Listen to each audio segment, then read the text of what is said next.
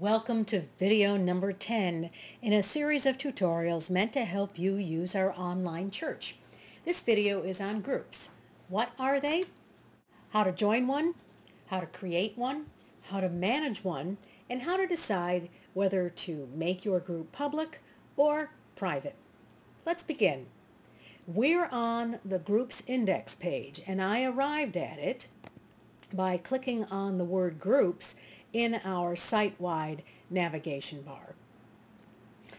There are 93 groups in our online church, and if you're coming in to see if you can find something that you would like to join, you can go through each one of the pages, read the descriptions underneath their titles, and then click to look at them.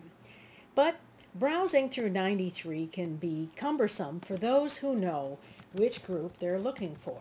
So let's go ahead and put in the name of a group, click the magnifying glass, and here we have Fellowship X. Fellowship X has 11 members, and it's an open group, meaning it's public. Here's the description of what the group does. Let's go ahead and click Fellowship X. Now, we've arrived on Fellowship X, and I'm already a member of this group. How do I know that? Well, to begin with, right here where this orange plus sign is, would normally be a link that says join this group if I wasn't a member, but I am. And here's my profile photo icon. This is the description of the group that we saw in the search results. This is the discussion area for this group. You can also leave a comment here that everyone in the group will see.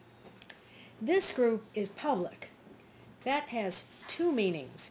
One, everything that appears on this page, including comments left or discussions that are underway, will be crawled by Google and return in Google search results. If someone types Fellowship X in Google, this page will be one of the results. There's a special meaning to open or public group in the context of this particular area of the website. Public means here that anyone who wants to join this group must be part of the larger universe of individuals who have sign-in rights to the online church. It does not mean that someone from the public at large can join this group. Only individuals who have credentials to be inside of our online church can comment, start a discussion within a group, can join a group, and basically do anything else on the site that requires input of text or uploading of files. That's a general principle that applies to the entire site. A public group also means, for those of us who are members of the online church, that when you do click to join, when that join a group link is here, when you do click to join the group, you get in immediately. There is no request that has to be sent. You are a member. All right. Another aspect to this particular group that I'm a member of is that I am able to send a message to the entire group, which means I go ahead and I put in a subject line, I put in what the message is, and I hit send. Every single individual in this group will get a message that is sent to their inbox, which represents the private internal messaging system inside of the church. This per se is not email. However, when you do receive a message to your inbox, a notification will go to your email address that you signed up with. So there's a great advantage to sending a message to the group. It acts as a communication distribution list where you write a message once and it goes out to everybody. You also don't have to remember or know everyone's email address. The system takes care of all of that for you. So that's what a public group experience is like. If for some reason you wish to leave a public group, click Leave the Group. I have just left the group. How do I know that? Well, my image is gone from the members box, and also the Join Fellowship X link is here. So let's say I want to rejoin or show you what the joining experience is like for a public group. I clicked join and I received a confirmation message at the top of the page which tells me I have joined the group. So that's what the public experience is. Now let's take a look at what a private group experience is like. I am a member of the Pastoral Care Guild, and when this online group was created, it was made private. And like the other private groups that are on the site, the determination to make it so that only certain people could join the group had to do with the sensitive nature of what the group discusses and the activities it performs for the church. In the case of pastoral care, the ministers have chosen who the members are for that group. Members get training to care for members of our church when they're sick, when they're grieving, when they need support. So, for that reason, the group is private. What is discussed in the group's meetings offline stays within the group. What is discussed in the group's meeting online area is also private.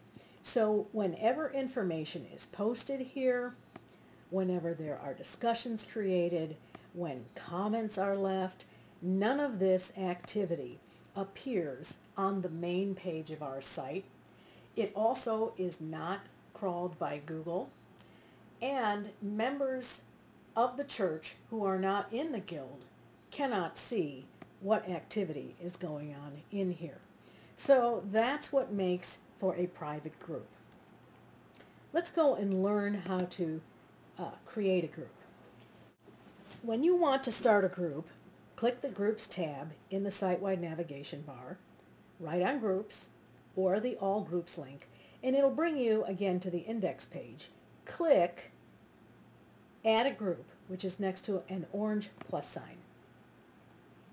Here's the form. So let's go ahead and create a test group.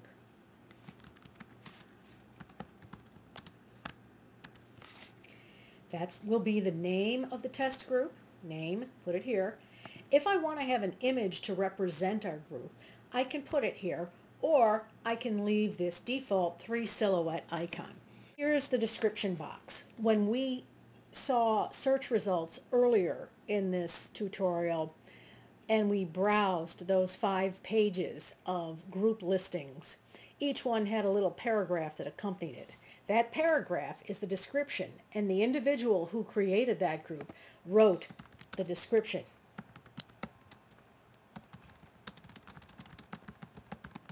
So that's my description. Let's take a look at the features that you can choose from to have on your group page. A comment box. Well, yes, I want a comment box. Yes, I want a discussion forum. And yes, I want a text box. As some of you may know from tutorial number 6, which is on blogs and comment boxes and text boxes, a text box enables you to put anything you want inside of it. So I want to go ahead and have a text box. We're not using the RSS feeder right now, so we're just going to leave that blank. Now here is where you choose whether or not the group is public or private. So anyone, meaning the general public, can see everything on a read-only basis, and then only individuals of our online church can actually join this group with one click and without the need for approval from me, the group creator. So I can choose anyone, and I'll basically be ready to go. I've decided that sure, the individuals who are members of this, they can send messages to everyone. And so now I'm going to add the group. Now, in the process of adding the group, the next step is whether or not you want to invite individuals. So now I'm on my group page. This was the description I wrote, and of course it's not sufficient if this was a real group. You'd want to say more so that in search results people will know what the group is about. This is the text box I created, and To change the name of the text box to documents or downloads or important information, you do that here. Watch the tutorial for blogs and text editing in order to understand how to effectively use the text box. Okay, let's take a look at how we set privacy in groups so that your membership is moderated, meaning individuals request to be members, or you set it up so that only you can invite individuals into your group. Well, we've already seen how to fill in this information here. We've put together the features in a public group. We won't go over that again.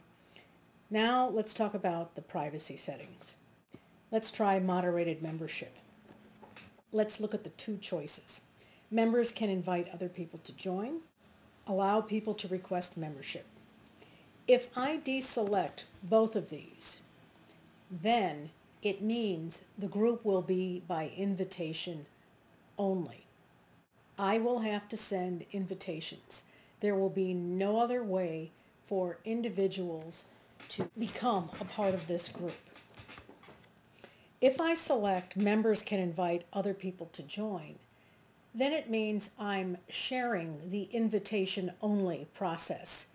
If I invite you into the group and I have this set, I'm now enabling you to also invite individuals into our group. Allow people to request membership. This means that when they see our group online and they click to look at the group page, there will be a message at the top that says this group is accepting members by request. You end up clicking the phrase by request. It comes to that form we saw once before. Somebody writes a note to me, or they just hit the send request button, and that's it. Then I will approve it, and they'll be a member.